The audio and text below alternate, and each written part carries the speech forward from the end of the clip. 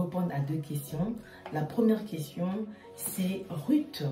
Ruth de Belgique qui dit je ne comprends pas depuis que mon ex a appris que je vais bientôt me marier, il n'arrête pas de me parler mariage. Il n'arrête pas de me demander de revenir à lui. Vous voyez, c'est ce que je disais, parce que je savais qu'on avait déjà reçu cette question. Ruth, j'ai déjà répondu. Ruth, ne le fais pas. Cet homme a eu son temps, il a eu sa chance, il n'a pas su saisir, c'est une autre saison de ta vie. L'ex, c'est l'ex. Oublie-le, va de l'avant. Ne passe même pas à côté, il ne va pas t'épouser. Il ne va pas t'épouser, il est juste jaloux, il ne veut pas juste que tu te maries. Et ses motivations sont impures.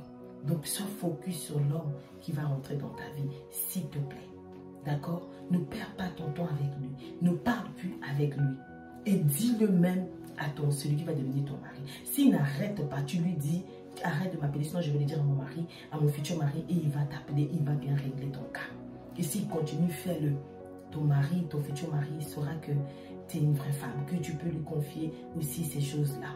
Et il va avoir plus confiance en toi, il sera plus son admiration vers toi, parce qu'il sait que voilà, tu l'aimes, tu le considères au point où tu es venu tout raconter à lui, et puis tu lui enseignes aussi demain quand vous allez être ensemble.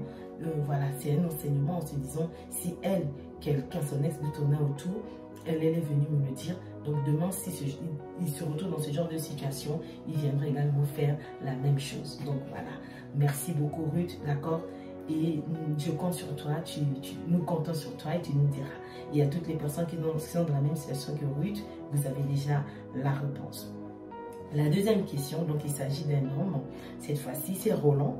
Donc Roland de Dubaï qui nous dit, sa question est vraiment c'est vraiment bizarre. Il a dit, lorsque nous, les hommes, nous refusons les avances d'une femme, vous n'en parlez pas. Vous n'en parlez pas. Il y a aussi des hommes qui sont fidèles.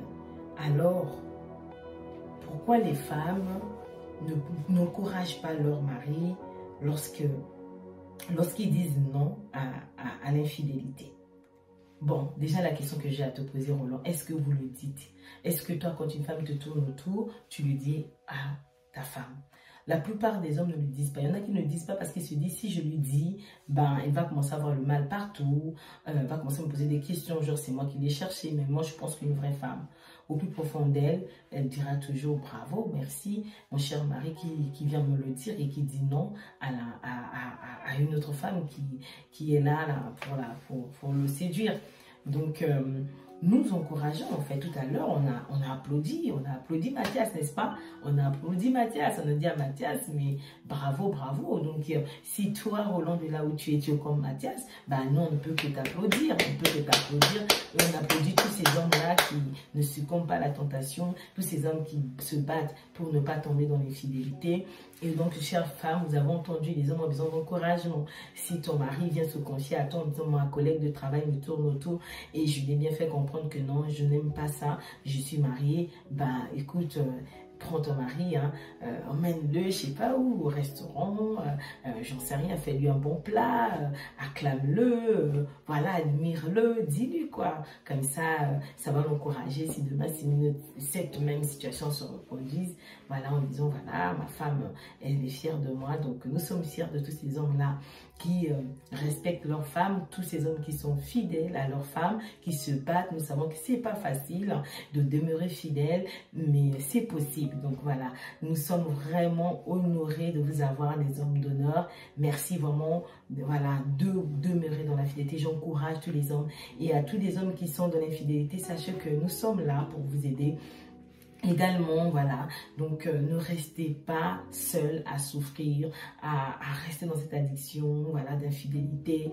Nous ne sommes pas là pour vous juger, mais nous sommes là pour vous interpeller que cela ne peut que vous détruire et détruire tous les domaines de vos vies. Donc, prenez vraiment le temps d'en parler, voilà, auprès des conseillères conjugales. Par exemple, moi, je suis conseillère conjugale, donc voilà, il y en a, parlez-en si vous n'arrivez pas, si vous voulez l'anonymat, vous voulez être discret, on est là, en tout cas, les conseillères conjugales conjugaux, les conseillers conjugales sont là, les conseillers conjugaux, allez-y les voir, ou bien vos témoins. Voilà, c'est important.